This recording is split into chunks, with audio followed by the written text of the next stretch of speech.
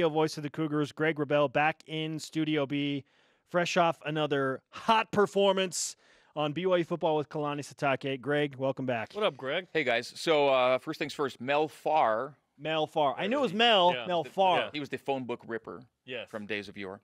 3 weeks from tonight is Cougar tip-off. Basketball, 3 weeks from tonight. Can't wait. On the radio and online visually. And phone book stories, interesting stuff. So, of course, phone books, one of the most memorable lines in any movie. That's a cool thing about Canada, right? No. Okay, just checking.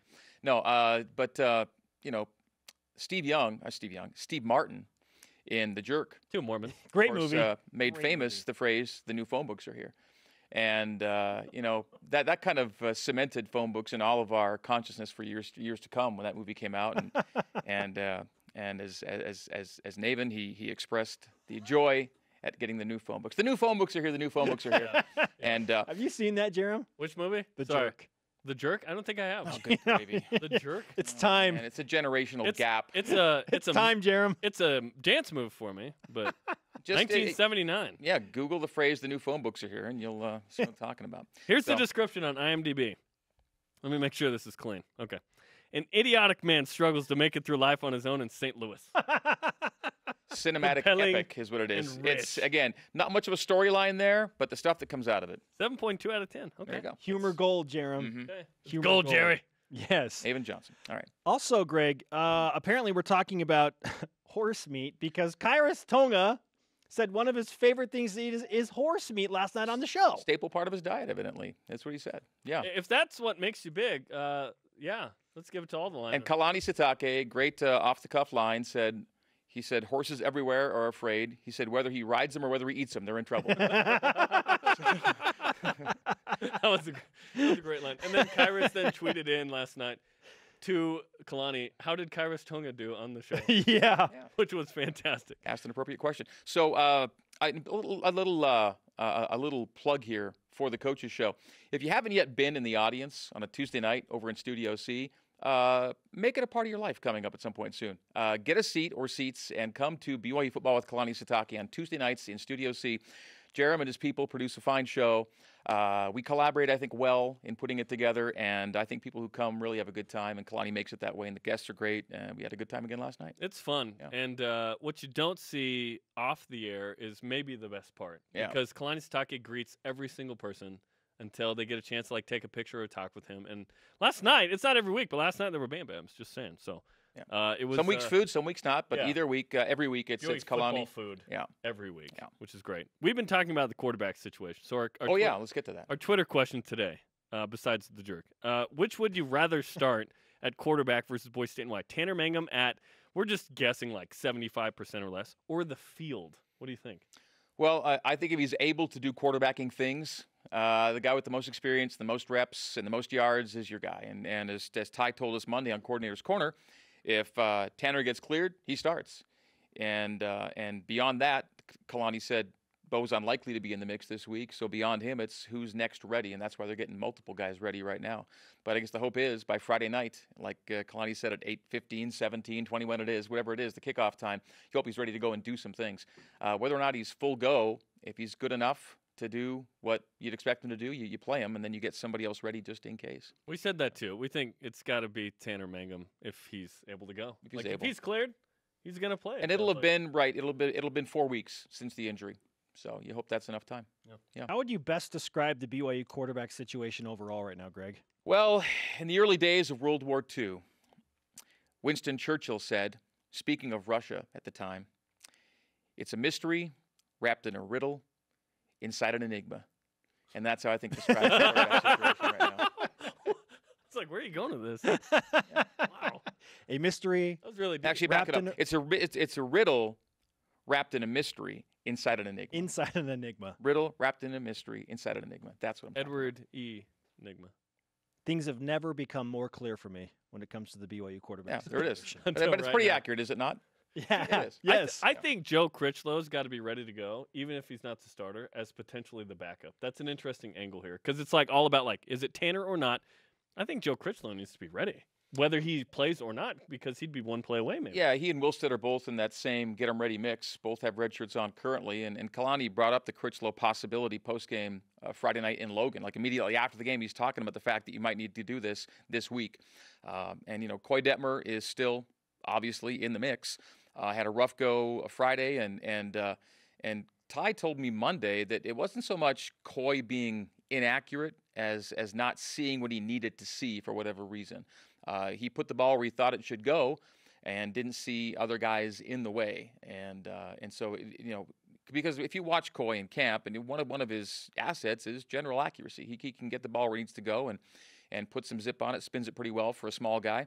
But clearly they want other options after what transpired in Logan. Yeah. You tweeted out one of the more interesting stats that I can remember in BYU history, not for good reasons, dealing with where on the field BYU is turning it over. And, man, it has just meant the worst things for BYU this season. Yeah, not every turnover is equal. And impact is mitigated by where on the field you're turning it over. Now, let's keep in mind, through 2 games, BYU had turned it over only once. So 12 of the 13 turnovers have come in just the last 3 games, so averaging 4 per game, with 7 coming just last game. And it's not that you can't survive a big turnover number. You can't survive a big margin number. If you're turning it over 7 times, you hope to get it back 3 or 4 or 5. Instead, they had just 1 takeaway, so you're -6, and you can't win at -6. It's almost impossible.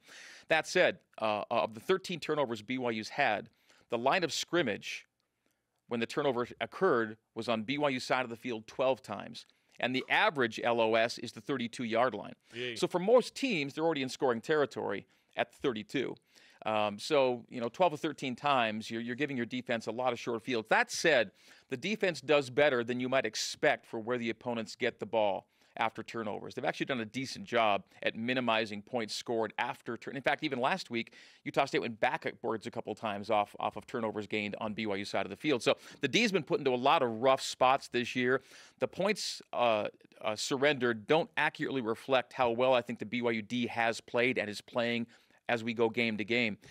If the defense can just get long fields in front of them as opposed to short fields, I think you're going to see BYU's overall productivity and wins increase. The 2 pick sixes on top of turning the ball over deep in their own territory, right, and then Utah State kicking field goals, we're talking about 20 points without Utah State gaining an offensive yard. Yeah, unbelievable. Right. So, and again, that's why I think the defense deserves more credit than it's getting right now.